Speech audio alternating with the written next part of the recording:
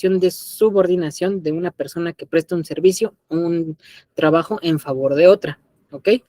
¿Qué pasa con los contratos colectivos y con los contratos ley? Un contrato colectivo lo va a realizar ¿quién? Lo va a realizar una de dos, o un sindicato o una coalición de trabajadores. ¿Cuál es la diferencia entre uno y otro? La coalición de trabajadores tiene dos características principales. La primera, es es un grupo de trabajadores de una empresa o de una sucursal, cuando la empresa tiene muchas sucursales, de una sucursal determinada o bien de una rama de la industria, que se unen para exigir algún derecho.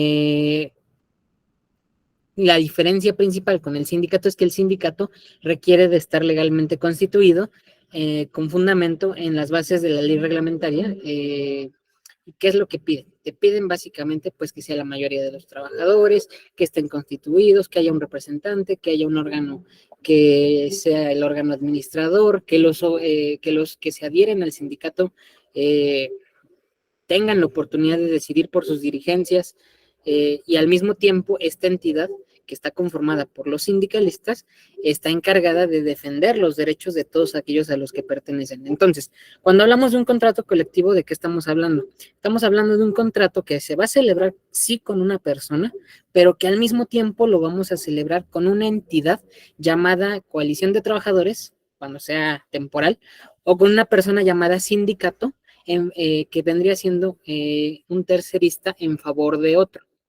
¿Me explico? ¿Hasta aquí vamos bien o alguna duda? Ok, deduzco por el silencio que vamos bien.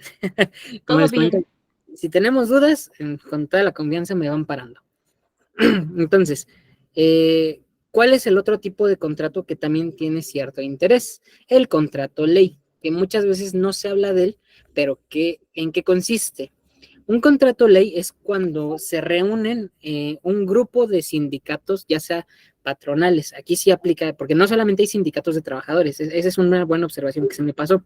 No solamente existen los sindicatos de trabajadores, también existen los sindicatos de los patrones, que hacen exactamente lo mismo que los de los trabajadores. Se dedican a defender los derechos, pero de los patrones. Entonces, en el caso de los contratos ley son una agrupación de sindicatos de una rama de la industria en determinado territorio geográfico que regula cierta actividad industrial. Un ejemplo, se oye un poquito complejo, pero vamos desmenuzándolo. Vamos a hacerlo de una forma práctica. Tomando el ejemplo más soso que se nos pudiera ocurrir, podría ser la industria del petróleo. Yo creo que no es ningún secreto que México es uno de los principales productores de petróleo y en ese sentido podemos deducir que es una de las industrias más importantes de nuestro país y de las que más aporta a la economía. Entonces no sería extraño que esta industria tuviera su propia regulación en materia laboral. Entonces, cuando los sindicatos petroleros, cuando las confederaciones de trabajadores de la industria del petróleo, cuando los trabajadores del petróleo, ¿de dónde? Pues de los estados petroleros, como lo son Veracruz, Oaxaca, Guerrero, Tabasco, Chiapas, todo lo que es el sur-sureste, generalmente cuando hablamos de industria del petróleo entendemos estos estados, se van a unir para hacer un contrato colectivo que va a tener la fuerza de ley. ¿Por qué?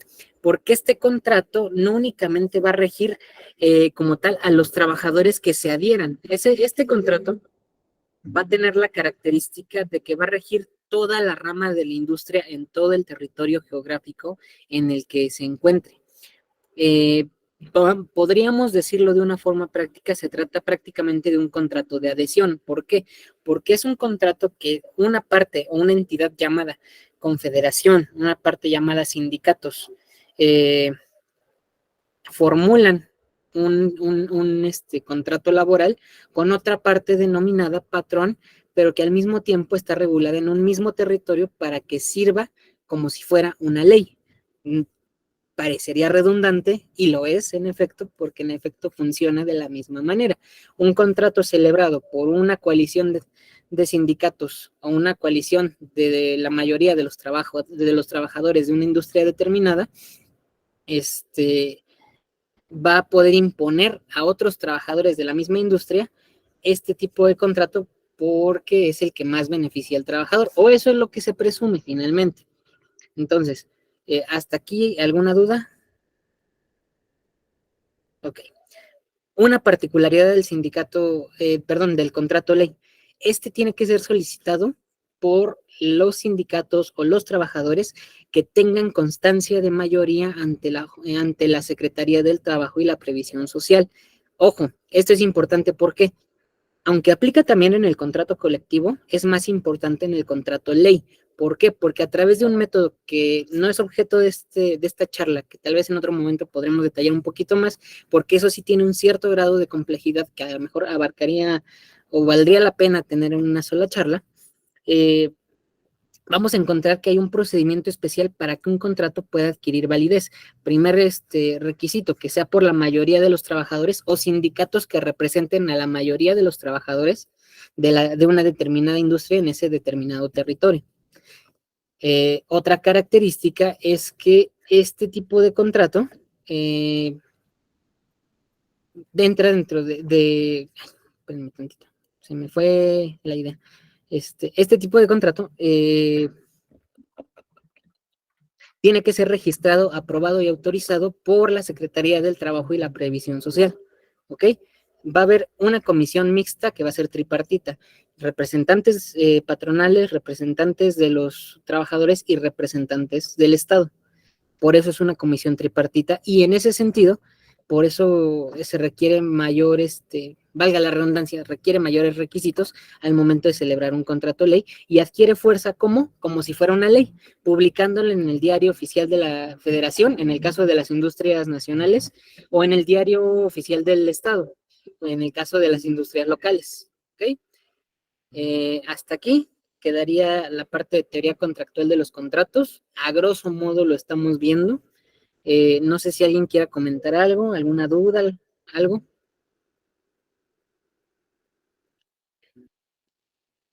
Bueno, vámonos a la siguiente. Conceptos fundamentales para entender el despido justificado. Ya que entendimos lo que es una relación laboral y entendemos que de ahí nace lo que es básicamente un despido injustificado, hay una confusión o suele haber una confusión en que cuando hablamos de despido injustificado y de rescisión de la relación de trabajo. ¿Cuáles son las diferencias? Vamos a verlas una por una. Despido injustificado, vamos a tener dos definiciones eh, académicas, dos definiciones teóricas. La primera nos las da el doctor Héctor Santos Azuela, que dice: disolución unilateral de la relación de trabajo por parte del patrón ante el incumplimiento grave y culposo por parte del trabajador. Porque esto está, aunque el doctor no lo está dando en la definición que él da, ¿por qué yo lo pongo entre corchetes? Porque al final del día, muchas veces este despido, yo considero que una de las características viene en la propia etimología de la palabra. Si es un despido injustificado, pues por lógica, aquel despido que es por el incumplimiento grave y culposo del trabajador, pues es por antonomasia, pues lo contrario, un despido justificado. Entonces yo me quedaría nada más con la primera parte, que es disolución unilateral de la relación de trabajo por parte del patrón. ¿Por qué? Puede ser justo o injusto. ¿Eso en qué cambia? En el sentido de si es un despido justificado o injustificado. Pero bueno, el injustificado es eso, por parte del patrón. ¿Cuál es la diferencia primordial? Perdón, eso todavía no lo vemos. Segundo significado, nos lo da Alfonso Pardio Vargas: disolución de la relación de trabajo por voluntad del patrón después de que el trabajador incumple sus obligaciones jurídico-laborales. Aquí volvemos a tener este elemento, sin embargo, yo les reitero de nuevo, por antonomasia, si el trabajador incumple sus obligaciones jurídico-laborales, ¿qué entendemos? Pues que puede hablarse de un despido justificado en términos de lo que dicte la ley. Yo ahí conservaría nada más la primera parte, pero bueno, esa parte sí se las puedo dejar a su criterio de ustedes.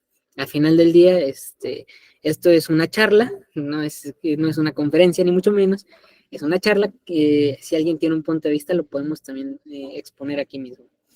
Mientras, ¿qué es la rescisión de la relación de trabajo? esta la tenemos como fundamento el 43 de la Ley Federal del Trabajo. Lo vamos a ver ahorita más adelante, pero se los voy poniendo para que más o menos vayan identificando en qué parte de la ley los vamos a encontrar. La rescisión de la relación de trabajo, dice igual el profesor Alfonso Pardio, es una de las partes que integran la relación una de las partes que integran la relación de trabajo de manera unilateral está legitimado para actuar. Primero, la diferencia,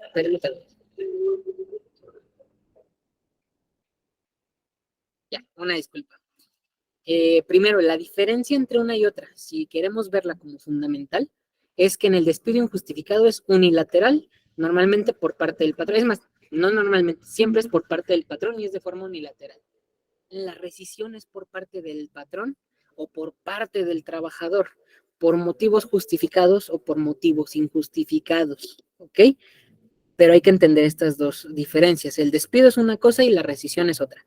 El despido lo hace el patrón o una persona unilateralmente y la rescisión la hace tanto el patrón como el trabajador. Lo vamos a ir viendo ahorita un poquito más adelante. Ahora, segunda definición que tenemos nos las da la propia ley.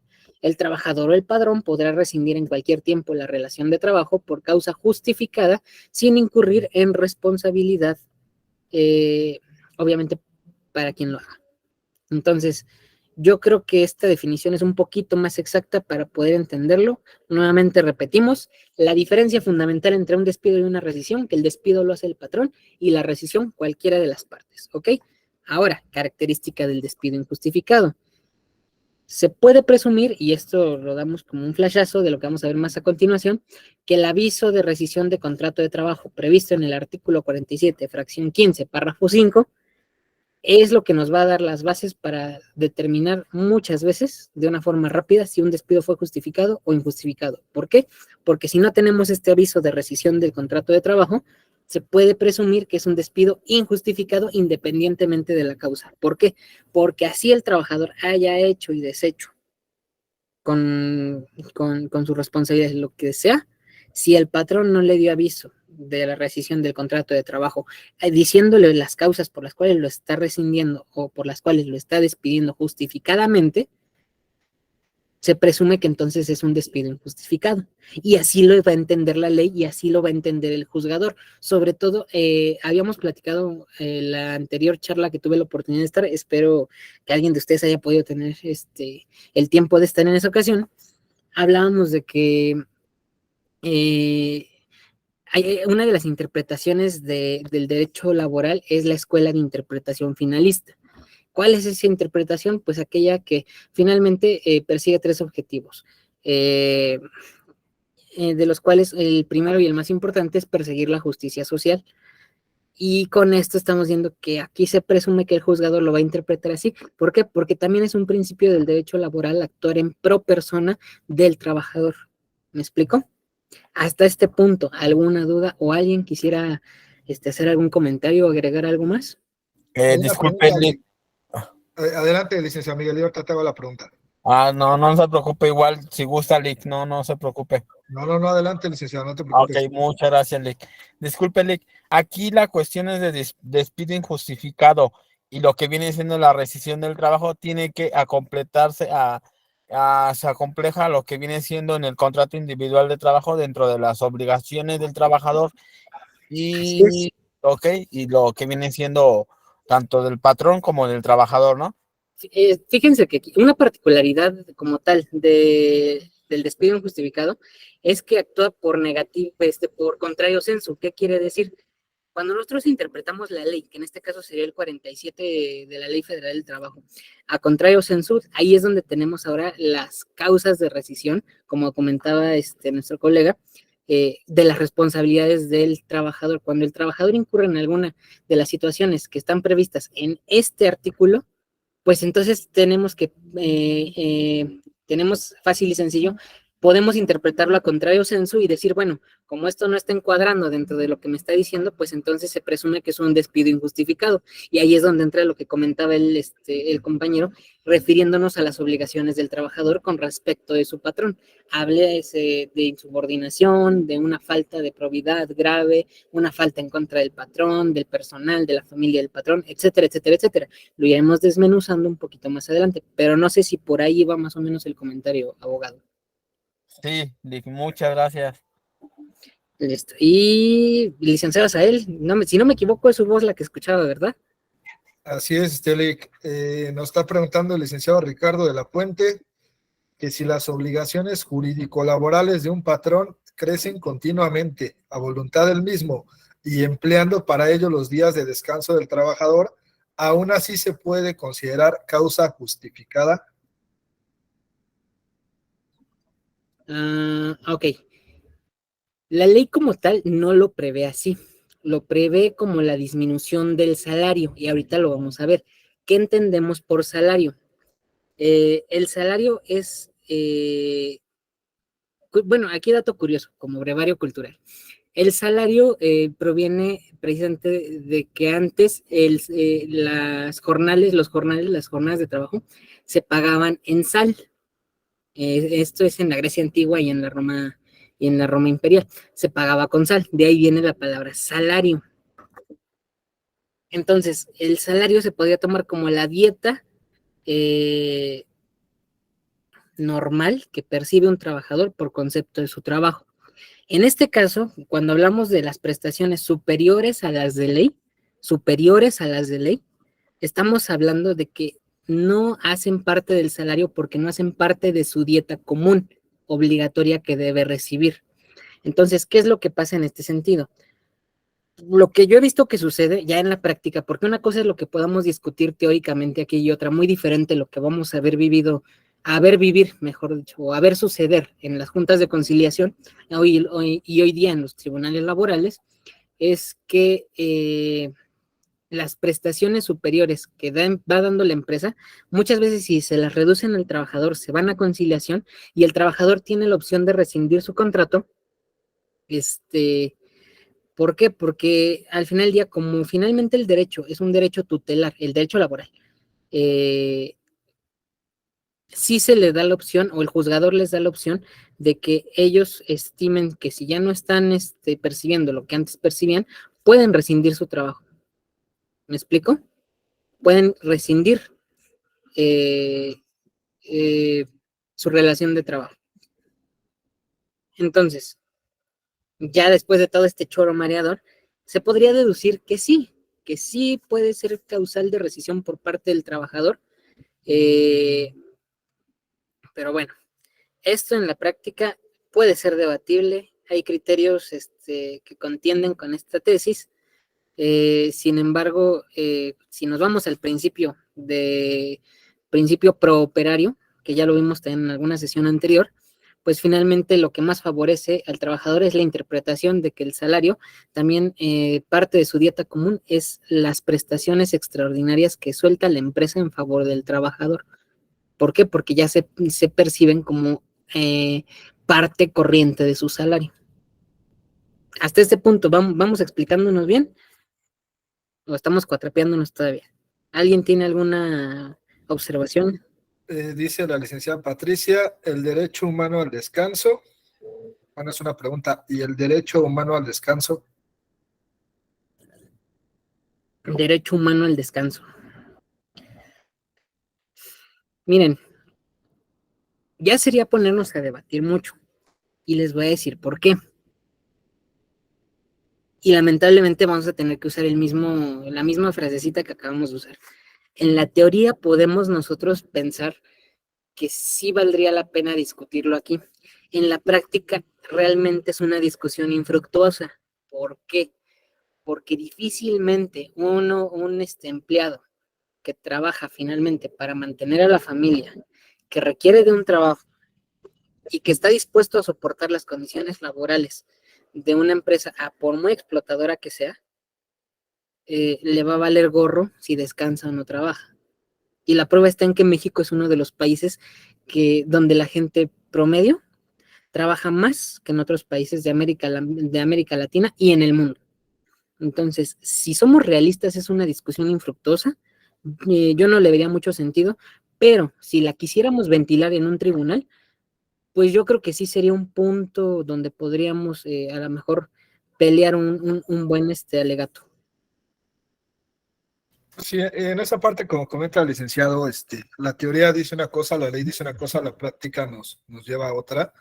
Entonces, en ese tenor, sí tenemos que considerar que si estrictamente nos vamos al tema de tribunales a levantar una demanda por despido injustificado porque no quise cumplir cierta jornada adicional a lo que estipula la ley del trabajo, que son 3 horas diarias, máximo 9 en una semana, por ejemplo, pues en teoría la ley nos va a dar la razón y el tribunal nos va a dar el fallo en su momento.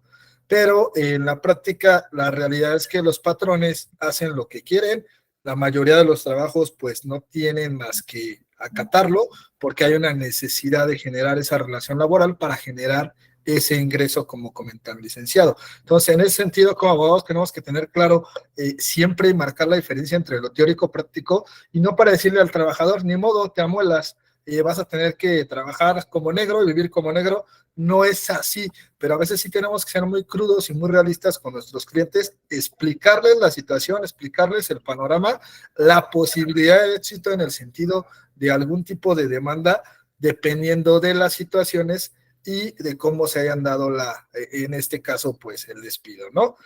También tiene la mano levantada la licenciada Catalina, para que te haga un comentario, una pregunta. Te dejo la palabra, licenciada. Échele, licenciada, la escuchamos. Sí, gracias. Bueno, nada más es un comentario respecto a esta cuestión del descanso, porque ya incluso, bueno, pensaríamos que inconstitucionalmente y en base tal vez a las leyes secundarias se da la cuestión ya del sueño. Estamos hablando que las últimas investigaciones de sueño se hicieron prácticamente en el siglo XXI, empezaron a finales del siglo XX, y se ha demostrado toda la cuestión ya cerebral de que el cerebro trabaja mucho más cuando se está dormido, pero es necesario esto respecto a la dopamina, a una serie de cuestiones fisiológicas, etcétera, que ya están ahorita demostradas, antes no. Esto es importante porque aviación, por ejemplo, sí ha puesto más atención en esto porque las pérdidas económicas son muy grandes cuando, por ejemplo, los pilotos no logran descansar en un accidente. Sí es una situación jurídica bastante apremiante. Sin embargo, en otras áreas, que son varias, hablando nada más en algunos ejemplos de los bomberos, los médicos, por ejemplo, les privan del descanso por horas tremendas, ¿no? No pueden, no es descansar, es dormir, que forma parte ya de una situación fisiológica necesaria. Sin embargo, las leyes secundarias están prácticamente aceptan esta situación, pero resulta inconstitucional. En este caso, como dice, efectivamente la práctica es otra. Pero ¿qué se podría hacer al respecto? ¿Tendría que hacerse alguna modificación? Mire, ya es un tema difícil, perdón. Sí. Aquí fíjese que usted comenta un punto interesante, pero ¿qué cree? Que habría que tomar algo en consideración también. Los ejemplos que acabamos de ver, por ejemplo, el de piloto aviador, el de médico, el de bombero, estamos hablando que muchas de estas profesiones donde el descanso sí es una parte preponderante, es precisamente algo que dentro de la ley del trabajo tendríamos que tener como trabajos especiales. Ahí obviamente se manejan situaciones completamente diferentes porque son causas y situaciones que se presentan de manera meramente técnica. Pero aquí, siendo realistas, el gran grueso de la población que no nos dedicamos a volar aviones, que no nos dedicamos a lo mejor a operar personas en un quirófano, pues estamos más dispuestos a soportar las cargas de trabajo de una empresa por el salario que nos ofrece.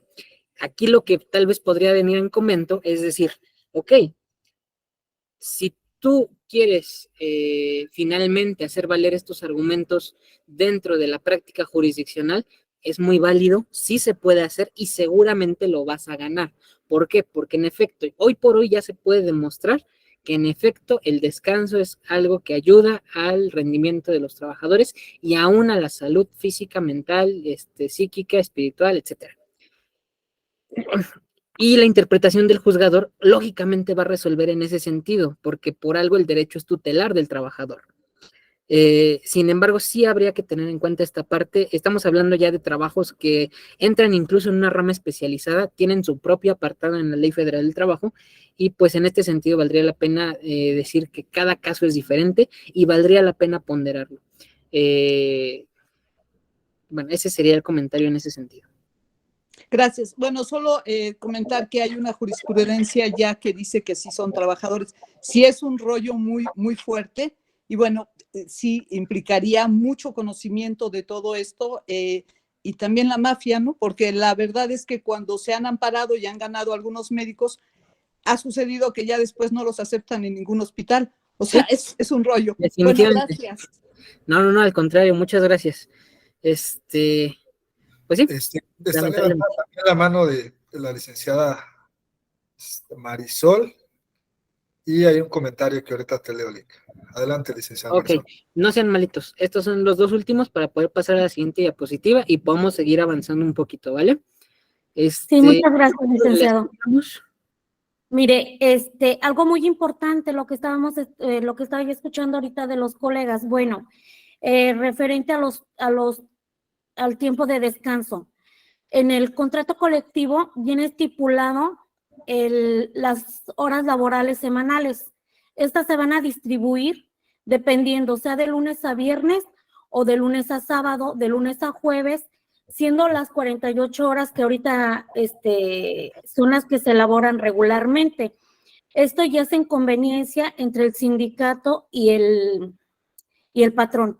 Bueno, independientemente de las 48 horas que ya hayan sido distribuidas de la manera que mejor crean conveniente en los turnos que estos refieran, independientemente sin importar el ramo en el que se esté elaborando, pues todos los empleados están obligados y está estipulado 3 horas diarias, no rebasando un total de 9 horas extras. Ya posteriores a estas, pues ya son las horas que se pagan triples, ¿no? Después de estas. Pero no hay nada que refiera que después de las 9 horas los empleados deban acudir a trabajar en estas horas extraordinarias. Desafortunadamente, lo que comentaba nuestro colega Ricardo, me parece que se llama, él comentaba, los patrones hacen lo que quieren. Para esto hay que leer exactamente lo que dice el contrato y también recordemos que tienen se me olvidó, un reglamento interno. Y también en el reglamento interno vienen estipuladas estas cositas que no vienen en el contrato colectivo. Entonces es importante que perdón que me extienda tantito, pero es importante que los empleados tengan en su poder tanto el contrato colectivo como el reglamento interno, para que ellos tengan el conocimiento de a lo que les están contratando y a lo que ellos tienen derecho a exigir o limitarse. Eso es todo. Ok, miren, aquí sí voy a hacer un comentario rapidísimo. Algo interesante del derecho es que la ley sí prevé que cada quien tendría que quedarse con su copia del contrato. Esto difícilmente sucede en el contrato individual de trabajo. Es más, es raro que suceda. En el contrato colectivo y en el contrato de ley, como muchas veces son los mismos sindicatos los que hacen todo el trámite, el sindicato al velar, por lo menos en la teoría, al velar por los derechos de los trabajadores, ya ven que hay, bueno, en su momento se platicaba mucho del charrismo sindical, ya en su momento tal vez también hablemos de eso, pero se supone que es lo que el sindicato tiene que hacer al contrario, proteger al trabajador, y en ese sentido, los sindicatos sí entregan copias de sus contratos a los trabajadores precisamente por esta situación. Ahora, si me permiten darles un consejo práctico, si ese fuera el caso, si fuera el caso donde, hay un reglamento que dice esto, esto y esto, y hay y hay además otras disposiciones legales que si bien no estipulan claramente la situación jurídica de esta situación, ¿qué es lo que tendríamos que hacer? Interpretar el derecho. ¿Quién lo tiene que hacer? El juez. Entonces nosotros tenemos que buscar argumentos y esgrimirlos en el sentido de que la argumentación vaya a beneficiar a nuestro cliente de la mejor forma posible. Si nuestro argumento es, ok, no está en el contrato colectivo, perdón, no está en la ley, pero está en el contrato colectivo, al final del día, por el principio prooperario, que es en mayor beneficio del trabajador, ¿a cuál le tengo que hacer caso? ¿A qué interpretación? ¿A la del contrato colectivo? No. ¿A la de la ley? Pues sí, porque es la que más lo está favoreciendo o la que está dando un mayor espacio de interpretación al juzgador para poder beneficiar al trabajador. En ese sentido tendrían que ir nuestros argumentos, ya de una forma práctica, porque seamos sinceros, una persona, por ejemplo, un sindicato que todos quisiéramos pertenecer a él, por ejemplo, el sindicato del metro, por las prestaciones que dan, o un sindicato, el sindicato del Poder Judicial, por ejemplo, el sindicato de trabajadores del sistema de salud. ¿Ustedes creen que de verdad una persona sindicalizada, alguien de la UNAM, del STUNAM, creen que una persona que se encuentra trabajando sindicalizada, a la que le piden laborar tiempos extra, le va a convenir o va a querer renunciar a su empleo de una forma realista? ¿Creen que esa persona va a querer renunciar a un empleo donde está sindicalizada y le dan cierto tipo de prestaciones? Claro que no. Sería muy tonta la persona que decidiera salirse teniendo toda esta gama de prestaciones. Entonces, también tenemos que ser realistas en ese sentido. Ahí, ¿qué es lo que conviene? Pues pelear simplemente el mayor beneficio al trabajador, que en este caso sería, ok, voy a quedarme 9 horas, pero oye, quiero entonces la retribución al triple, que es lo máximo que señala la ley y que sí está en la ley y que por la interpretación que se le puede dar en el mayor sentido prooperario, puedo tomar para mi cliente y defender. ¿Me explico?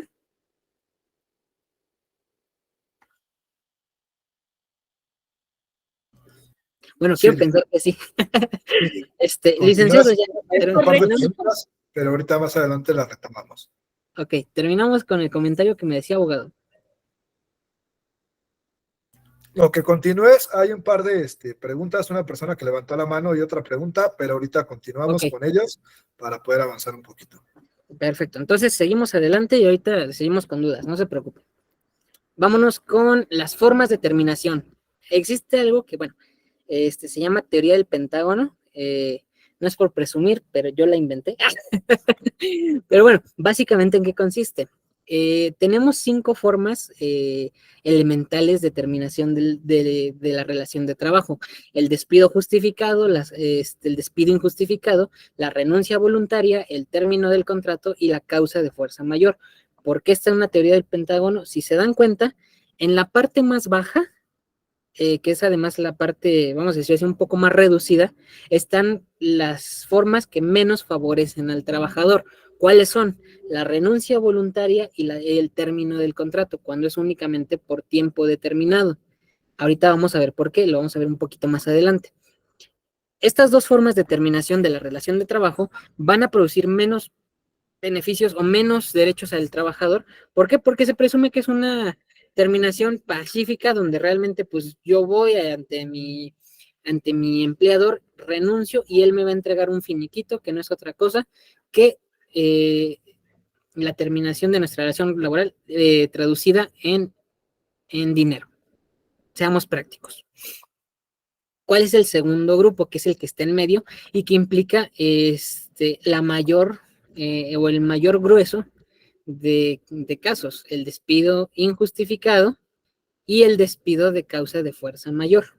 ¿Cuáles son? El de fuerza mayor es el que se da por alguna situación de contingencia de salud, porque la empresa ya no puede continuar operaciones y tiene que rescindir los contratos, porque el trabajador falleció, también puede ser una fuerza mayor. ¿Por qué? Porque si el trabajador fallece, pues se termina la relación de trabajo. Ojo, eso no implica que no tenga derechos laborales, sí los tiene, pero hay que ver la manera de hacerlos valer. ¿Cuál es la otra? El despido injustificado. Estas 2 son las que tienen una mayor gama de beneficios o de prestaciones o de derechos para los trabajadores. Y bueno, la que menos tiene está hasta arriba, pero porque es la que menos derechos proporciona al trabajador, por eso está lo más reducido, es el despido justificado, que es cuando el trabajador incurre en alguna de las conductas del artículo 47 y simple y sencilla y llanamente, pues el patrón le rescinde la relación de trabajo por alguna de estas conductas. Repito, es el que menos derechos tiene, por lo tanto, pues se puede decir que es el escenario donde peor uno podría estar. Aquí una observación, de acuerdo al 161 de la Ley Federal del Trabajo, un trabajador con más de 20 años de servicio no se le puede rescindir la relación de trabajo.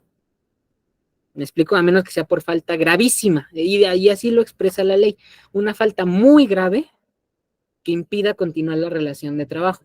Vamos a poner un ejemplo. Un empleado de confianza que podría ser, por ejemplo, un chofer que lleva 23 años de servicio con el mismo patrón, de un día para otro, toma la mala decisión de que, ok, vio algo mal puesto, lo tomó, vio 1,000 pesos mal puestos y se los llevó, y ahora el patrón, pues obviamente le hizo perder la confianza. Para el patrón, obviamente, el robo es una situación gravísima. ¿Por qué? Porque además, siendo un empleado de confianza, impide ya el desarrollo normal de la relación de trabajo. Entonces, en estas pequeñas excepciones es donde podemos encontrar este hueco, pero generalmente a un trabajador con más de 20 años de servicio no se le puede rescindir la relación laboral. ¿Ok? Aquí, ¿vamos bien? Ok, vamos a seguirle para efecto de que podamos llegar a las Nada horas. más perdón, una observación. Algo que ocurre muy constantemente, bueno, yo vivo en la zona fronteriza de Reynosa y Sí. anteriormente pues había yo comentado en el grupo de WhatsApp que estoy laborando con el sindicato de SNITIS. Algo que hemos visto muy constantemente es que a los empleados, en lugar de despedirlos, de firmar el despido, les hacen firmar una renuncia.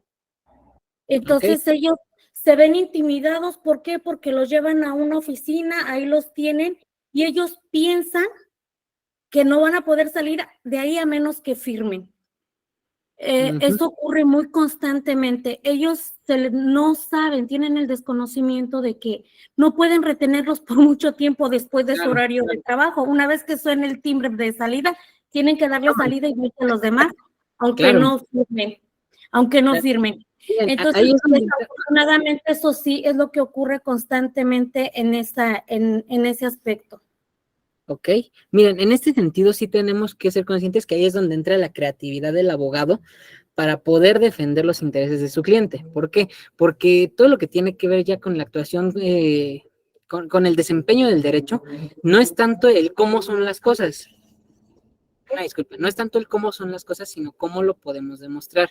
Ahí a lo mejor a mí que se me ocurre, si yo fuera abogado, por ejemplo, particular, de alguno de los trabajadores, suponiendo que no hubiera este sindicato que defiende mis derechos, o que fuera un sindicato charro, en contubernio con los patrones, si yo fuera un abogado particular, ¿yo qué haría? A lo mejor se me ocurre, ok, podemos pedir a lo mejor un peritaje en grafoscopía, cuando el empleado es obligado a firmar en contra de su voluntad o cuando la firma no es. Podemos a lo mejor recabar entrevistas y testimonios, podemos solicitar una inspección judicial, podemos a lo mejor, no sé, se me ocurre a lo mejor también, no sé, ahí es donde les digo, entra mucho también esta parte de la creatividad del abogado. Finalmente, por algo como abogados particulares nos están pagando. Y en ese sentido tenemos que hacer nuestra chamba y ver cómo lo vamos a resolver también nosotros. ¿Es lamentable la situación? Sí. Y en ese sentido yo aprovecho esto para decirles, yo considero sinceramente que el derecho del trabajo, el derecho agrario, principalmente estos dos, son las ramas del derecho más nobles y que permiten a los abogados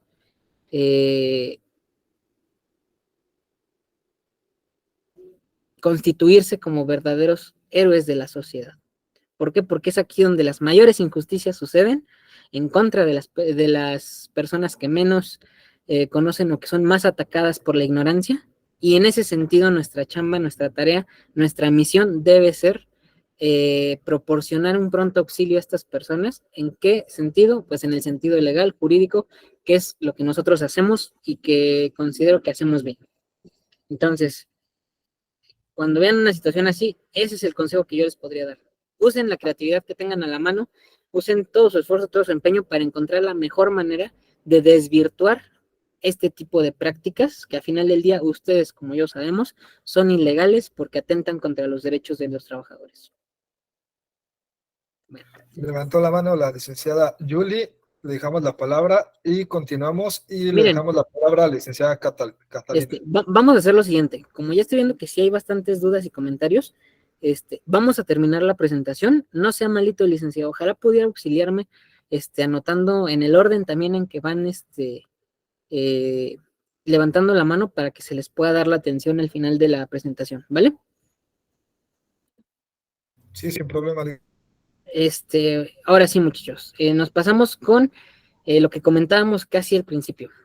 Una de las características para identificar un despido injustificado es el aviso de rescisión o el aviso de despido.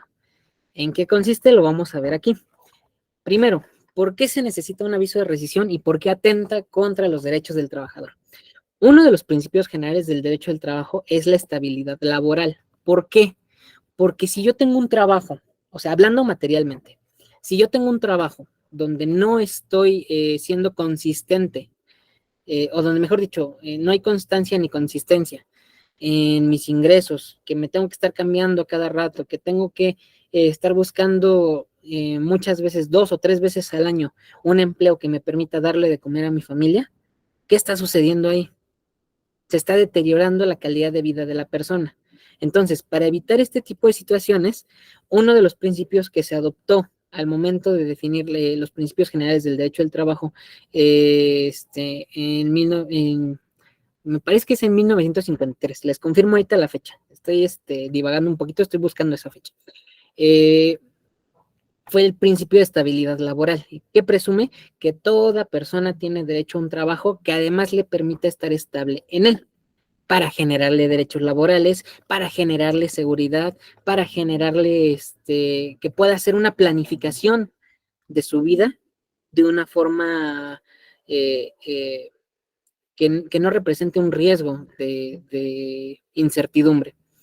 Entonces, en ese sentido, por eso se requiere y se tiene en cuenta que si no hay aviso de despido, inmediatamente recurrimos al principio general del derecho de estabilidad e interpretándolo con esto decimos, bueno, si mi estabilidad laboral se ve afectada desde el momento que ni siquiera me están avisando que ya no tengo un trabajo, pues entonces ahí es donde podemos deducir que hay un despido injustificado, porque así yo sepa lo que haya hecho, si el patrón no me ha confirmado por el motivo por el cual me está echando, pues bueno, hay una cierta incertidumbre ahí, volvemos a lo mismo, se está atacando el principio general de estabilidad laboral. ¿Cuál es su fundamento? El artículo 47, fracción 15, párrafo segundo, tercero y quinto de la Ley Federal del Trabajo. Perdón, ahí se me olvidó anotarlo, pero bueno, mientras no tenga ahí la excepción, entendemos que estamos hablando de fundamentos en la Ley Federal del Trabajo, que es materia del derecho laboral, de la que es materia del derecho laboral. Entonces, ¿qué es lo que va a llevar? Aquí el doctor José Díaz Olvera nos da las características y nos las divide en dos, las esenciales y las complementarias. Las dos son importantes, pero las que tenemos que tener bien claras y las queremos tener presentes son 3 cosas. Las esenciales, característica de modo, de tiempo y de lugar. ¿Qué tiene que tener mi aviso de despido o aviso de rescisión laboral? Elementos esenciales, 1, de modo, ¿qué sucedió? O sea, yo tengo que ponerle en el acta, yo como patrón tengo que poner en el acta qué sucedió para que yo haya decidido rescindir justificadamente la relación de trabajo. Segundo, el tiempo. ¿Cuándo sucedió? Bueno, lo que pasa es que el día de ayer, fulanito de tal tomó dinero de la caja registradora antes de hacer el corte. Lugar, ¿dónde sucedió? En la sucursal Miguel Ángel de Quevedo de Grupo Walmart. Y ahí ya tenemos mis tres elementos esenciales. ¿Qué pasó? Un robo. ¿En qué tiempo? Ayer. ¿En qué lugar? En su centro de trabajo. ¿Me explico? ¿Cuáles son las complementarias? Estos son recomendaciones que se tienen que debe de contener cuando ustedes estén del lado de recursos humanos o del lado del patrón. Fecha de emisión del acta. ¿En qué fecha estoy emitiendo esta acta? Pero el acta la emití yo el día de hoy o la emití después de un mes. ¿Por qué? Porque hay que recordar aquí una parte importante. Los despidos, o mejor dicho, las medidas disciplinarias que puede tomar el patrón en contra del trabajador es hasta un máximo de 30 días. Entonces, Si a mí me están presentando un aviso de despido con una fecha posterior a los 30 días al que haya sucedido el hecho, porque por ejemplo, si esto sucedió el día 1 de enero y me están presentando el aviso de despido porque se dieron cuenta hasta, por poner un ejemplo, burdo, pero que sirve para ejemplificar, y me están diciendo que hasta el 5 de febrero me están dando el aviso de rescisión, oye, ¿qué crees? Que ya no puedes despedirme por esta causal. ¿Sabes por qué? Porque tú tenías 30 días para hacer valer esta medida disciplinaria en mi contra, porque así lo dice la Ley Federal del Trabajo.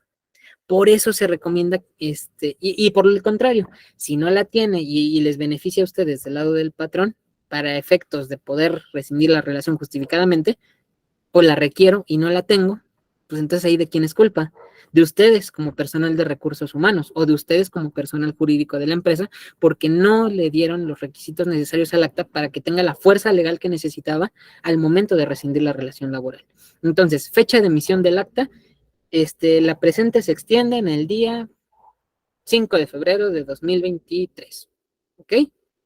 Segundo elemento complementario, fecha de entrega del trabajador.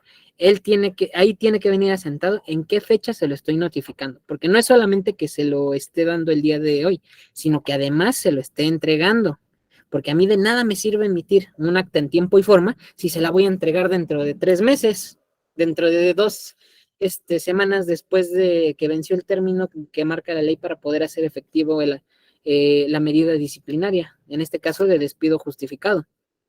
¿Me explico? Entonces, tanto la fecha de emisión es importante como la fecha de entrega del trabajador. Siguiente, la firma del acuse del trabajador. El trabajador tiene que asentar ahí que está consciente de por qué lo están despidiendo. ¿Ok?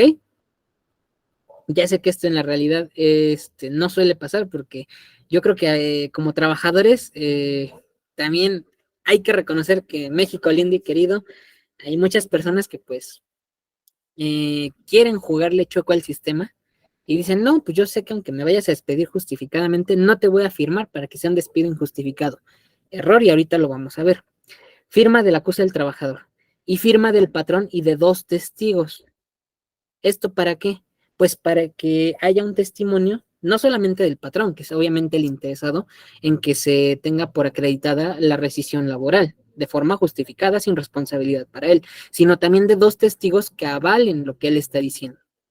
Esto en derecho laboral, ¿qué quiere decir? Que hay 2 personas que dicen que sí vieron que el patrón le rescindió de forma justificada al trabajador, y eso obviamente si ustedes estuvieran del lado patronal, pues es algo que les beneficia, obviamente.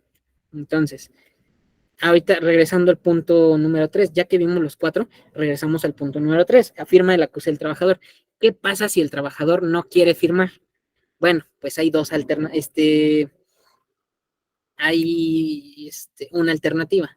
Si el trabajador no quiere recibir y firmar su aviso de rescisión para que se haga todo de forma correcta, entonces se lo avisamos al tribunal competente de la materia. ¿Cuándo? Dentro de los 5 días hábiles posteriores a que haya sucedido o se haya emitido el acta de rescisión. Ya el tribunal se encarga de notificárselo, por eso tenemos que agregar también el último domicilio registrado del trabajador. ¿Por qué? Porque ahora quien se lo notifica es el juzgado. Ya no tienen que, como patrones, pelearse con el trabajador, con que le den aviso a la autoridad del trabajo responsable. Ellos se encargan de la notificación y ya ustedes se olvidan de ese problema. Eso no quiere decir que como patrones no tienen que responder por las obligaciones y derechos que se generen, como los salarios caídos, como todas las prestaciones que tenga pendiente el trabajador. Hay que tener claro eso. Pero sí es un requisito que permite que el patrón se pueda defender cuando el despido realmente es justificado. Ahora sí, vámonos rápidamente a las siguientes. Es lo que comentábamos hace rato. En el caso del despido injustificado, sucede cuando no se dan en contrario sensu, o sea, en sentido contrario, alguno de los supuestos siguientes. Mejor dicho, cuando se dan alguno de los siguientes. Es decir, si está en la ley, no puede ser despido injustificado. Fracción primera, aquí yo me imagino que ustedes, más tardecito o en algún otro momento, les recomiendo, los exhorto a que lean el artículo 47 completo en un ratito que tengan, sobre todo si nos dedicamos a materia laboral. Yo creo que este es uno de los pocos artículos que vale la pena sabérselo de memoria. Vamos a leer rapidísimamente una síntesis de cada uno. Fracción primera, el engaño en las capacidades y referencias por parte del trabajador. ¿Qué quiere decir? Que el trabajador dijo que sabía hacer algo y no lo sabe hacer, o no lo está demostrando, o engañó en sus referencias. ¿Quién? Ah, caray, ya me están tocando. Fantasmas. Esta fracción tiene una vigencia de 30 días, es decir, yo como patrón tengo 30 días para revisar la documentación. Si algo no está en orden, rescindirle su contrato al trabajador por causa justificada. ¿Ok?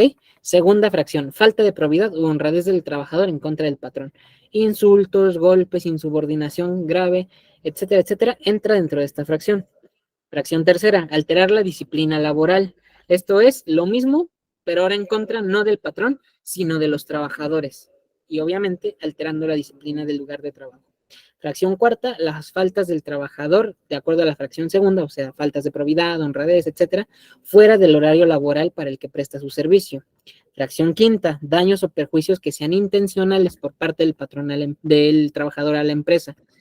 Fracción séptima, comprometer la seguridad laboral, es decir, que haya negligencia por parte del trabajador, o descuido tal que se comprometa la seguridad del centro de trabajo y por ende la de los compañeros o personal que labora ahí. Fracción octava, actos inmorales o de hostigamiento y acoso sexual contra las o los compañeros de trabajo. Yo creo que no tengo que explicar esta fracción, por sí sola, creo que es evidente por qué es una causa justificada de rescisión de contrato. Fracción novena, revelar información o un secreto industrial del patrón. Cualquier información que yo revele y que sea importante para la empresa es una causa justificada de rescisión. Regálenme un segundito. Se me está cayendo esto. Ay, gracias. Revelar información o un secreto industrial o cualquier información que pueda ser sensible para la empresa. Fracción décima, más de 3 faltas justificadas. Aquí hay que, como abogados, entender y aprender a leer. Más de 3 faltas justificadas, ¿cuánto es? ¿3? No, porque 3 es igual a 3. Más de 3 es de 4 en adelante. Pareciera algo muy obvio, pero muchas veces no lo es tanto. ¿Por qué? Porque así es como muchas veces las empresas, lamentablemente, engañan en la práctica a los trabajadores. Oye, fulanito de tal, faltaste ya 3 días de forma injustificada. Te voy a dar tu rescisión de contrato justificada. Y ahí va el trabajador, que obviamente no tiene los conocimientos necesarios para poder defenderse de una forma eficaz, y lamentablemente ahí es donde las empresas se aprovechan de la ignorancia de sus trabajadores. Entonces, ¿cuál es nuestra tarea como abogados? Buscar el mejor interés del representado, que en este caso sería revisar también bien su caso y ver si fueron más de 3 faltas o fueron 3 faltas. Ahí es una cuestión también de revisar el caso concreto. Hay jurisprudencia también al respecto, para que si alguien en algún momento tiene que presentar una demanda o así, no está de más tener el dato. Hay jurisprudencia que sí lo dice, que más de 3 faltas se entiende como 4 o más faltas, ¿ok? Fracción onceava, insubordinación laboral injustificada, o sea, cuando el trabajador no más porque sí, no quiere acatar lo que dice el patrón, obviamente dentro de la esfera laboral. Si obviamente lo que está mandando el patrón, aunque sea dentro de la esfera laboral, es algo que va a perjudicar a la empresa o a los compañeros de trabajo, pues entiende que esta insubordinación es justificada. Cosa diferente que si el trabajador nada más por sus pantalones no quiere acatar la indicación del patrón dentro de lo que sea laboral. Entonces, esta sería la fracción 11. Fracción 12, negativa del trabajador al cumplimiento de medidas de seguridad. Oye, Juanito, tienes que entrar con bata de laboratorio al área donde hacen las pruebas químicas, no sé, por ejemplo, en el laboratorio del IMSS, porque si no puedes contaminar o contaminarte de las muestras. Ah, pero ahí va el trabajador sin el equipo de protección adecuado. Eso ya es ponerse en una negativa del trabajador al cumplimiento de las medidas de seguridad laboral. Por poner un ejemplo práctico. Como hay muchos. Por ejemplo, un albañil en una obra que no quiere usar su casco de protección. Ese es otro ejemplo. ¿Me explico? Vámonos a la siguiente, fracción 13ª, el trabajo bajo estado de embriaguez o efectos psicotrópicos sin prescripción médica. Quiero entender que tampoco tenemos que profundizar mucho en esta, se entiende por sí misma. Fracción 14ª, una sentencia ejecutoriada que implique un impedimento al trabajador seguir laborando. Un ejemplo, un trabajador al que se le imputa el delito, por ejemplo, vamos a irnos a un extremo nada más para efectos lúdicos. Un trabajador al que se le imputa el delito de homicidio y se le dan 8 años de prisión, por lógica no puede acudir a su centro de trabajo. Entonces estamos frente a una causa justificada de rescisión de la relación de trabajo por parte del patrón. ¿Ok? Para que lo podamos entender. Fracción, aquí era 14ª bis, una disculpa, ahí, si alguien está tomando notas, nada más táchele ahí. Fracción 14ª bis, falta de documentación reglamentaria para el ejercicio profesional de una profesión, valga la redundancia. Aquí en México, y en todos los países prácticamente, pero en el caso mexicano, por ejemplo, siendo ya específicos, la abogacía, la medicina, ser actuario, contador, sí requiere de una patente que te emite la Secretaría de Educación Pública con ciertos requisitos que te dan antes. Es decir, haber estudiado un curso aprobado de la carrera, por ejemplo, de la licenciatura en Derecho, cumplir o haber cumplido los requisitos de titulación, presentar un título profesional y con eso la SEP te expide una patente llamada cédula que te permite ejercer profesionalmente el oficio de la abogacía. Seamos prácticos. Entonces, esta es una de las causales que están exceptuadas de la fracción primera, que es el engaño en las capacidades y referencias por parte del trabajador. Aquí no es como que si yo, por ejemplo, me presento en un despacho, oye, sí, tengo la capacidad para, la facultad jurídica para litigar. Entonces, después de 2 meses se dan cuenta que, pues no, yo ni pasé por la universidad.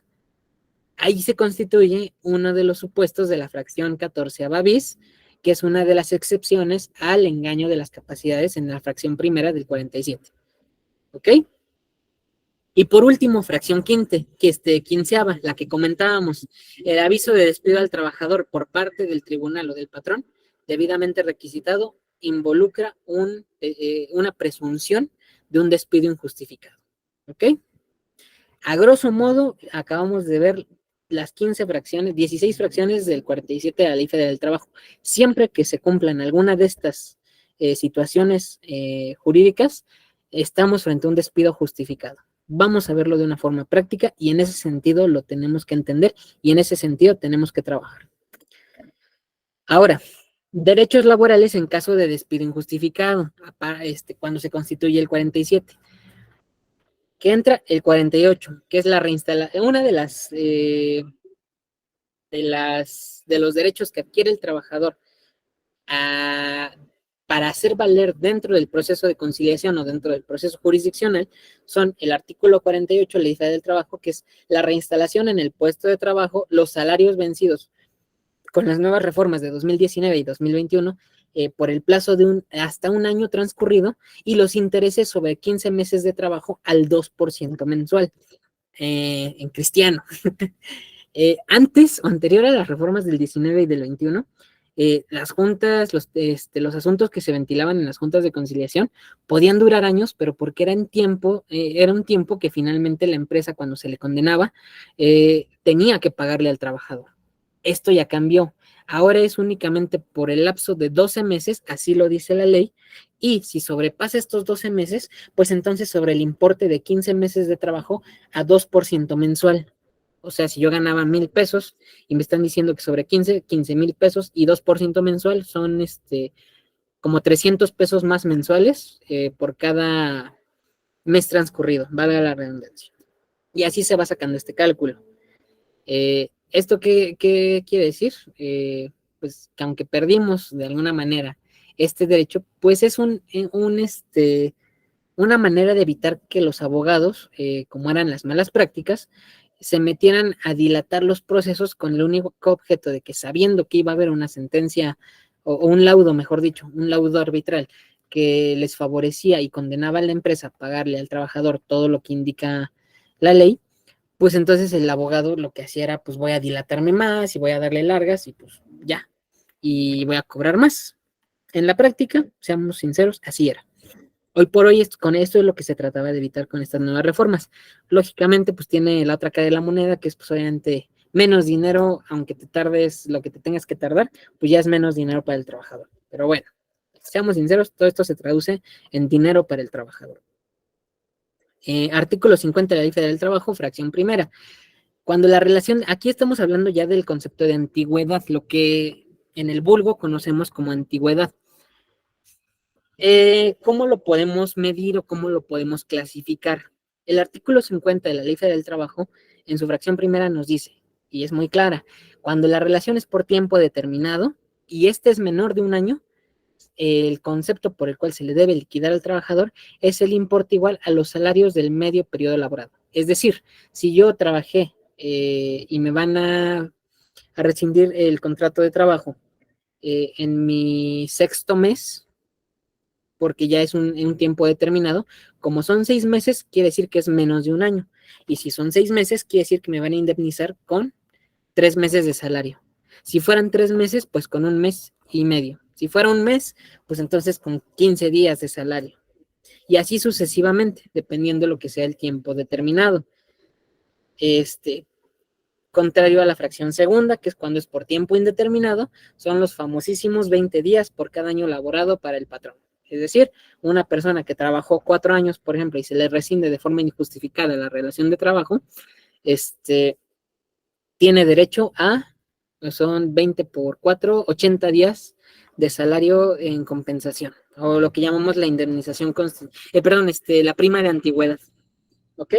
Y finalmente el artículo 50 de la Ley Federal del Trabajo, en su fracción tercera, establece los también famosos 3 meses de salario, que bueno, la ley lo dice como 90 días de salario, o más los salarios, o los salarios vencidos e intereses respectivos.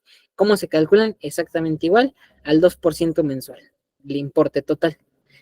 Y bueno, vámonos ya, Recio, ¿qué horas son por ahí? No, sí, ya tenemos que apurarnos. Efectos jurídicos en las relaciones del contrato colectivo de trabajo y del contrato ley, particularmente en estas que son diferentes al típico contrato individual de trabajo. ¿Cuáles son los efectos jurídicos? Los mismos. Todos los aplicables del 48 y del 50 de la Ley Federal del Trabajo vamos a aplicarlos tanto en el contrato colectivo de trabajo y del contrato ley. ¿Cuáles van a ser las particularidades dentro de los contratos de trabajo colectivos y ley? Primero, la rescisión puede ser combatida por un tercero, en este caso el sindicato o una confederación de trabajadores, depende cómo esté constituido el trabajador. Es decir, yo como trabajador tengo derecho a que el sindicato o la confederación defienda mis derechos laborales y todo lo que tiene que pelear un abogado particular lo pelee el sindicato, la confederación, la coalición de trabajadores. ¿Ok? Segunda característica grande, su rescisión no implica la separación sindical, es decir, a mí me pueden rescindir el contrato laboral. Sin embargo, eso no implica que me van a expulsar del sindicato. Obviamente aquí tiene sus caras de la moneda. Y aquí la colega que nos hizo favor de hacernos las observaciones hace rato, que está dentro de un sindicato, no lo puede decir. Depende también cómo esté el reglamento interno del sindicato, pues obviamente hay sindicatos que pueden poner, pues la separación del trabajo implica la separación sindical. Y si uno lo acepta, pues también yo creo que de alguna manera es hasta un poquito lógico. Entonces, en ese sentido, si bien es cierto que la relación de trabajo termina, no así la relación sindical, y esta termina, ya sea porque lo diga el contrato al momento de firmarse, o bien porque el trabajador decida separarse del sindicato, o simplemente pedir que un abogado particular como ustedes, como un servidor, defienda su caso, porque el sindicato a lo mejor es un sindicato charro, por poner un ejemplo. Tercera característica, se puede considerar un contrato de adhesión. ¿Por qué? Porque los contratos de trabajo colectivos y ley son contratos que ya formuló antes un sindicato, que ya formuló antes la confederación, que ya formuló antes la comisión mixta de trabajadores que participó en la elaboración del contrato ley, y por tanto el trabajador que desea adherirse al contrato, que desea prestar sus servicios y que finalmente resulte ganador para ocupar una de las plazas que se ofrezca como vacante, prácticamente lo que hace es firmar y se adhiere al contrato colectivo de trabajo y del contrato de ley. En la doctrina no es así, pero en formas prácticas y para efectos prácticos así lo podemos entender. Y finalmente, la separación sindical no implica la rescisión de la relación laboral. Es decir, si yo cometiera, por ejemplo, una falta contra el sindicato, el que yo me separe del sindicato o que yo no esté contento con el sindicato, si yo me separo de él, no implica que termine mi relación laboral. Aquí tiene sus sus diversas acepciones. ¿Por qué? Porque también depende cómo esté constituido el contrato laboral, el contrato colectivo o el contrato de ley. Pero si se lo preguntan a la ley lo interpreta con el principio pro operario y materialmente no implica la separación sindical, la rescisión de la relación laboral. ¿Ok?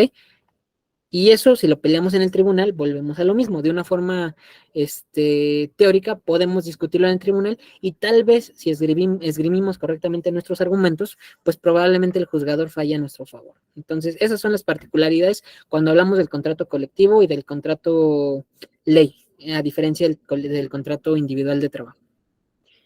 Finalmente, fundamentos de derecho en la legislación nacional, pues vamos a leerlos nada más rápidamente. Aquí los van a tener en la presentación, que ya se las pasé hace rato, y la pueden consultar en el momento que lo requieran.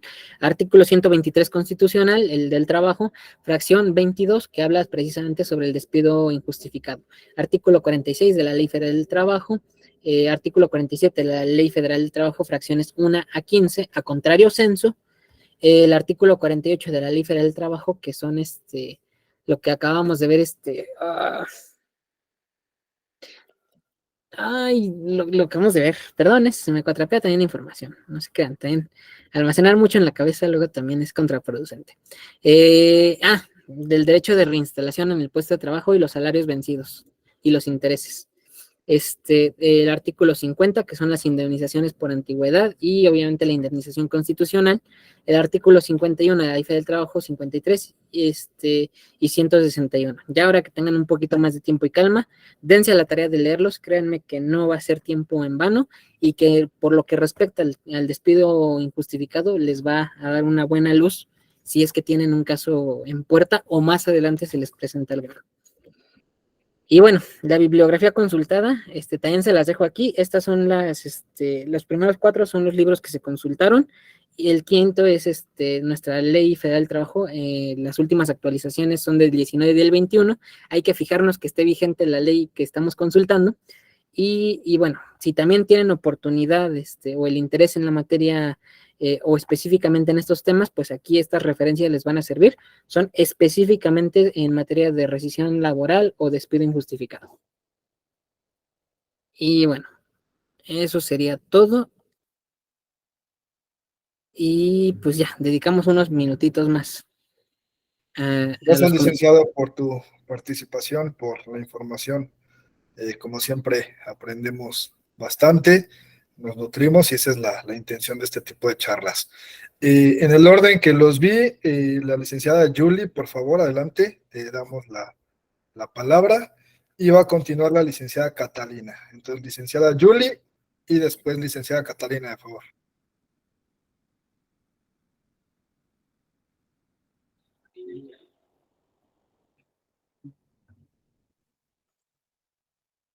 Adelante, licenciada Julie.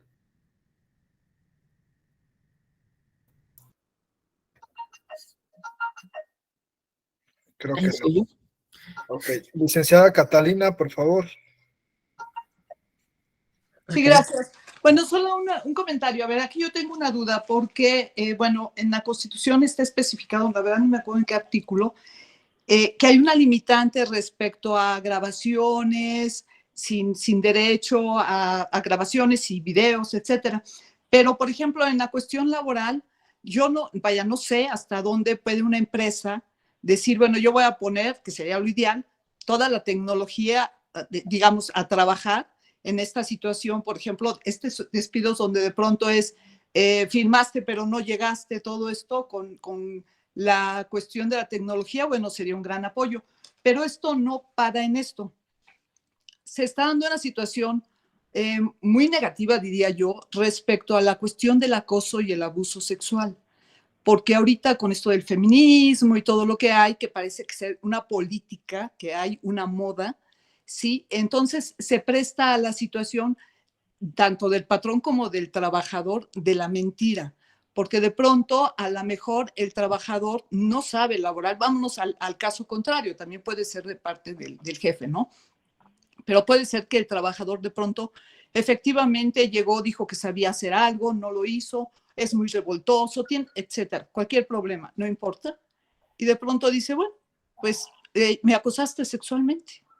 Entonces aquí tenemos una cuestión entre la cuestión penal y la cuestión laboral muy fuerte que se está dando. Digamos que no hay empatía en la cuestión legislativa, se ha quedado atrás respecto a lo que está sucediendo, porque de pronto, por ejemplo, el jefe no se entera de que en la cuestión penal ya están manejando su nombre y sus datos. No se entera porque hay una discrecionalidad en la cuestión penal y no se entera de que están diciendo algo que puede ser una falsedad.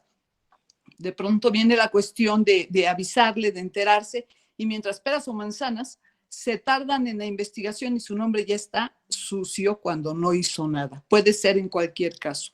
Entonces, como son delitos ocultos, falta esa cuestión de poderlo comprobar.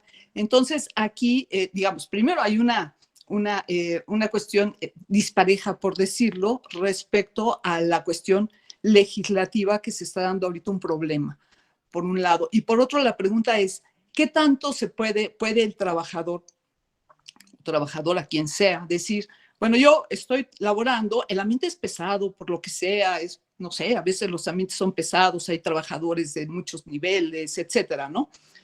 Sobre todo a nivel ético y todo esto.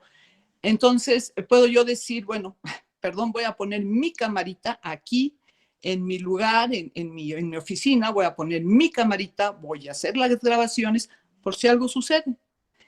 Porque la situación se está dando así y resulta que muchas veces hay despidos y hay una serie de situaciones que, bueno, ¿para qué las comento? Laborales, por estos conflictos, en donde incluso hay un daño moral que, bueno, ahorita mientras se comprueba y todo esto. Entonces, la primera pregunta es, ¿yo puedo llegar a mi oficina y decir, voy a poner mi cámara? O sea, ¿realmente podría yo hacer esto sin atentar a esta limitante que existe? Bueno, esa es la pregunta. Gracias.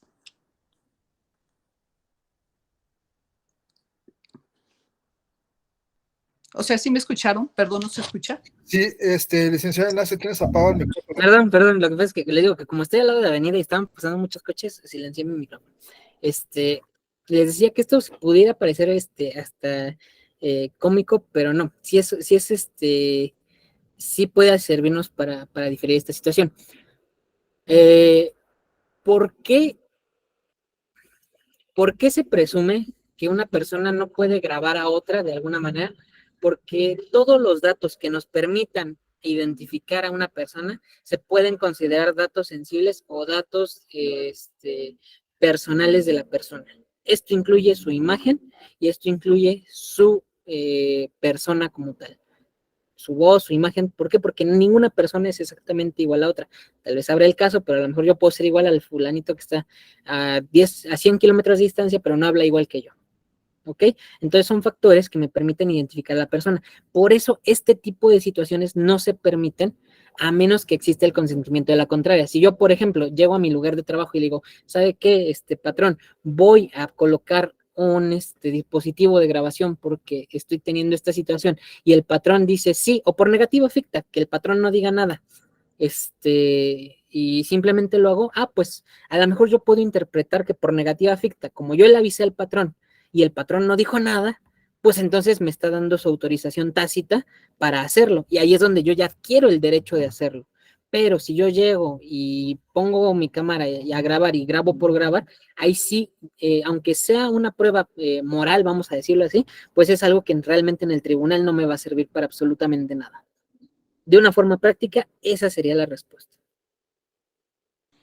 Perdón, nada más. Entonces, aquí, digamos, están en cierto peligro los hombres o incluso las mujeres o la gente cuando de pronto se está dando esta situación, porque esta situación se está dando mucho a nivel laboral y es grave porque son delitos ocultos y pues, pierden, bueno, es horrible. Es que mire, ahí tendríamos entonces, volvemos a lo mismo, ver la creatividad del abogado. Ok, a lo mejor no puedo demostrarlo por este medio, pero puedo demostrarlo con una testimonial. ¿De quién? De algún trabajador que esté ahí, que esté dispuesto a lo mejor a hablar en mi favor. A lo mejor puedo demostrarlo, no sé, Híjole, es que ahí sí sería estudiar el caso concreto, ver las condiciones sobre las cuales está el trabajador, las condiciones materiales también del lugar donde está prestando su servicio, para poder decir, bueno, pues a lo mejor no puedo de esta manera, pero puedo de esta otra. Ahí sí juega el papel de la creatividad, porque si, repito, si al final del día yo hago esto de la forma arbitraria, si lo quiero ver así, donde yo voy a hacerlo así nomás porque sí, pues es algo que no me va a servir en juicio. Entonces, hay que ser prácticos también y nosotros como abogados estamos obligados a saber qué nos va a servir y qué no nos va a servir. Rapidísimo, déjenme hago el comentario. Sí, la materia federal se regula a nivel federal. Entonces, sí aplican todos los estados de la República. Esto mismo que estamos hablando aquí, aplica en Baja California, en Yucatán, en la Ciudad de México, en todos lados. Y rapidísimo otro comentario que he visto. La ley presume que después del tercer mes, que es el tiempo máximo de capacitación, ya son contratos, ya son contratos por tiempo indeterminado, sin importar que mensualmente me sigan dando contratos. Si yo ya cumplí 3 meses dando servicio, prestando el mismo trabajo para la misma empresa, en un horario establecido, en un lugar establecido, mandado por un patrón, por el mismo patrón, más de 3 meses, ya es un contrato indeterminado y por lo mismo genera los derechos laborales básicos, como sería, por ejemplo, a los 3 años ya estás, o a los 2 años ya más que te ganaste tus vacaciones desde el primer año. ¿Por qué? Porque ya tenías 3 meses de antigüedad y por tanto la Ley Federal del Trabajo ya dice que ya tienes derecho a todo lo demás. Perdón, licenciado, esas eran las dos que quería aclarar así rapidísimo porque eran como que las más rápidas que tenía aquí, como que respuesta rápida. Sí, sin problema. Licenciada María Guadalupe, después licenciado Miguel Ángel y licenciada Marisol, por favor, para que vayan preparando sus preguntas. Licenciada María Guadalupe, te dejamos la palabra.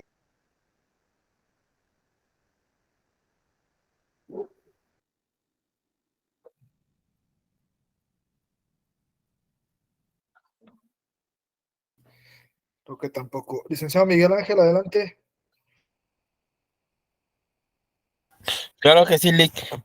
Disculpe, también está viendo que algunas de las irregularidades, cosas ilegales que hacen las empresas en este caso son levantar las actas administrativas, por lo cuales yo por lo que sé son ilegales, ¿no? En este caso, licenciado. Las únicas faltas que va a reconocernos la ley para despedirnos justificadamente son los avisos de despido.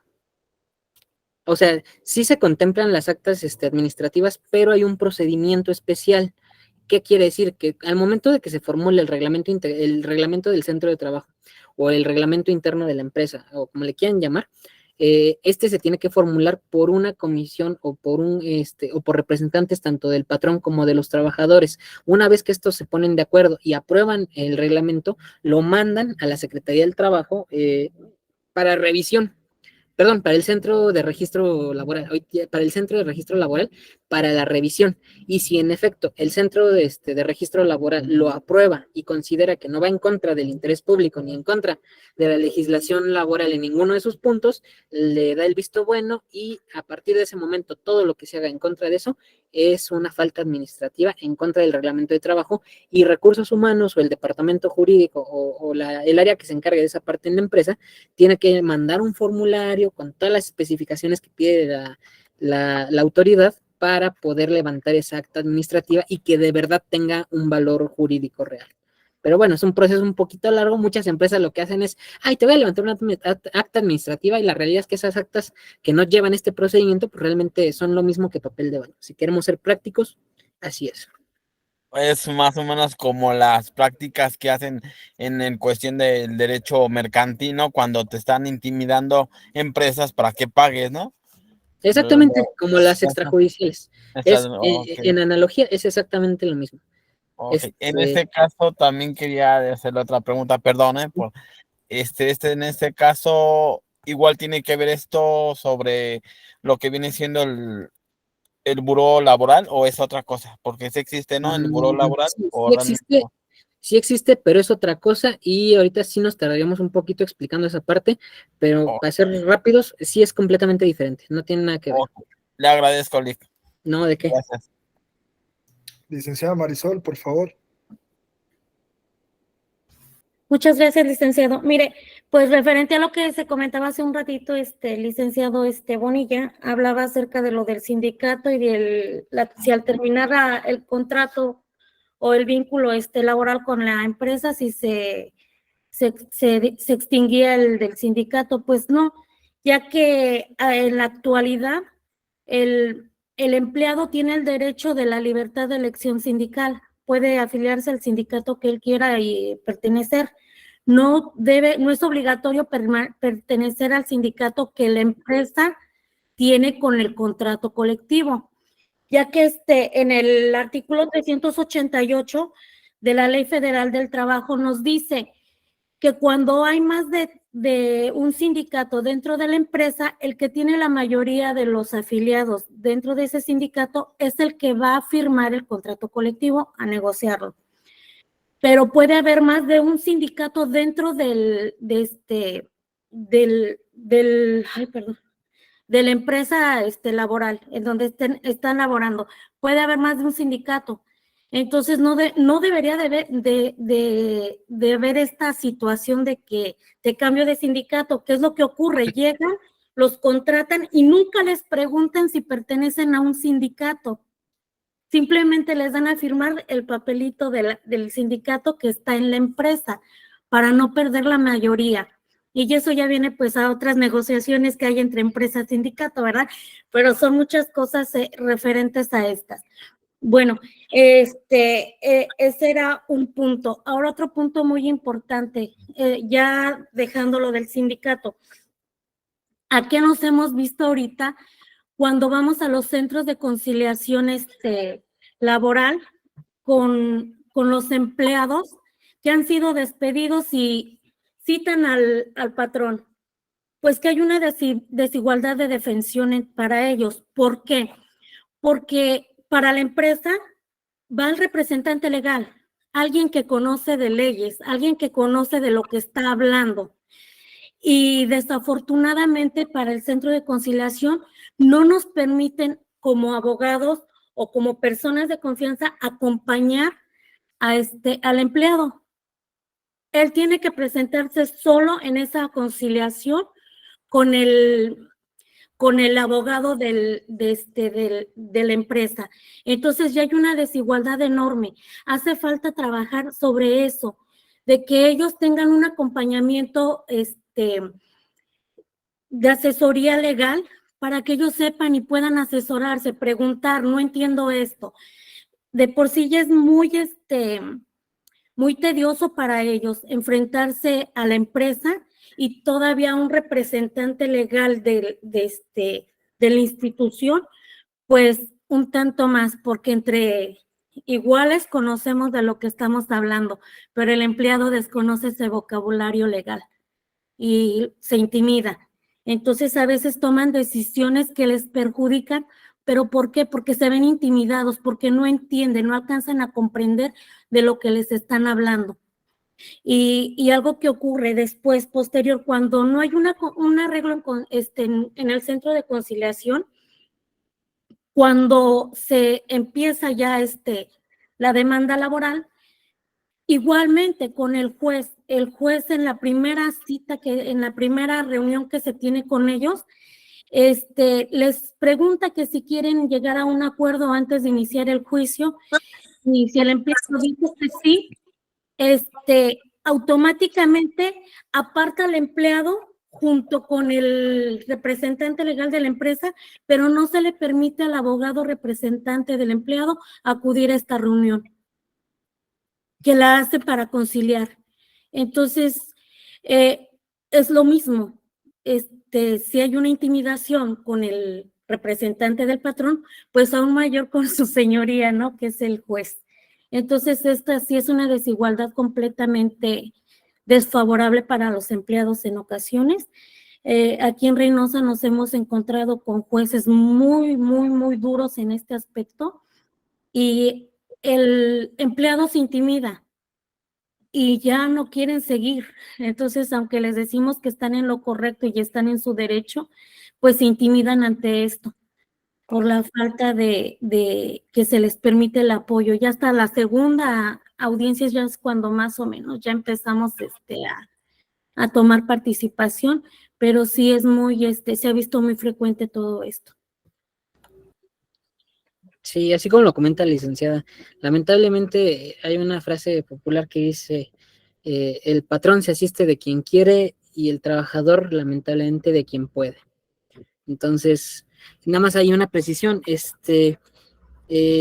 por lo menos aquí en la Ciudad de México, digo, yo entiendo que cada quien en sus entidades es diferente cómo se suele manejar en la práctica, pero por lo menos aquí en la Ciudad de México sí se permite que el trabajador entre acompañado de su abogado o de su persona de confianza. Lo que hay es una restricción en la participación de al interior.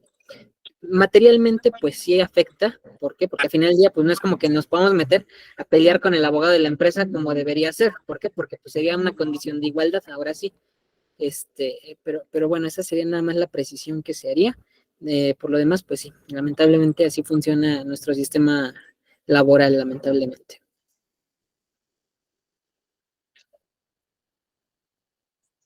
Ok, cerramos con el licenciado Demetrio y licenciada Yuli comenta que no tiene micrófono, está levantando su mano. Yo creo que en su caso sería más viable si lo puede compartir en el grupo para podernos entender un poquito más. De igual forma le vamos a compartir el teléfono en el chat de su servidor y del licenciado Bonilla, por si hay algunas dudas, con todo gusto los podemos apoyar. Entonces, te dejamos la palabra, licenciado Demetrio. Muchas gracias. El comentario de la licenciada Marisol, igual al abogado que respondió, me pareció muy acertado, muy correcto, y definitivamente a través de asociaciones y la práctica tendremos que buscar ese equilibrio procesal para que tanto el trabajador como los patrones pues estén en igualdad de circunstancias, porque en este caso sí hay desigualdades desde la primera audiencia conciliatoria, definitivamente.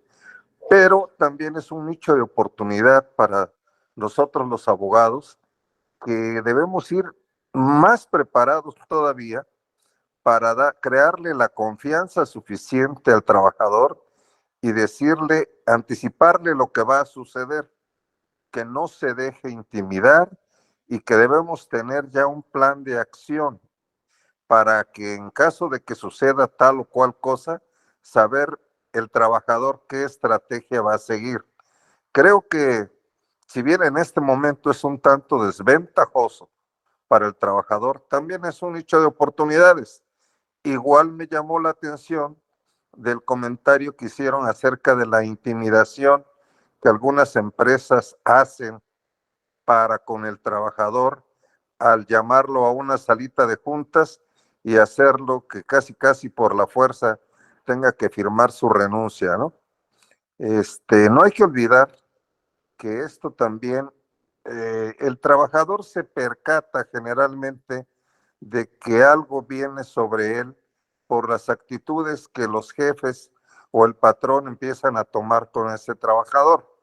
Luego entonces, si ya buscó la asesoría de un abogado particular, pues hacerle sentir que no debe tener temor de nada, porque si aparte de su horario de trabajo permaneciera más tiempo, pues que sepa que como abogados nosotros podemos acudir ante la autoridad judicial o un ministerio público para acusar de secuestro al patrón y constituirse en el lugar, y entonces si bien la situación se va a agravar, pero pues más grave de lo que ya está, pues no es posible, ¿no?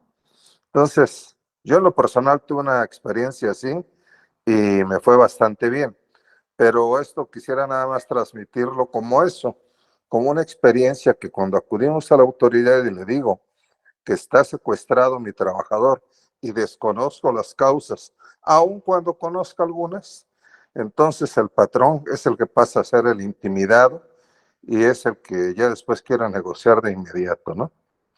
Sería todo.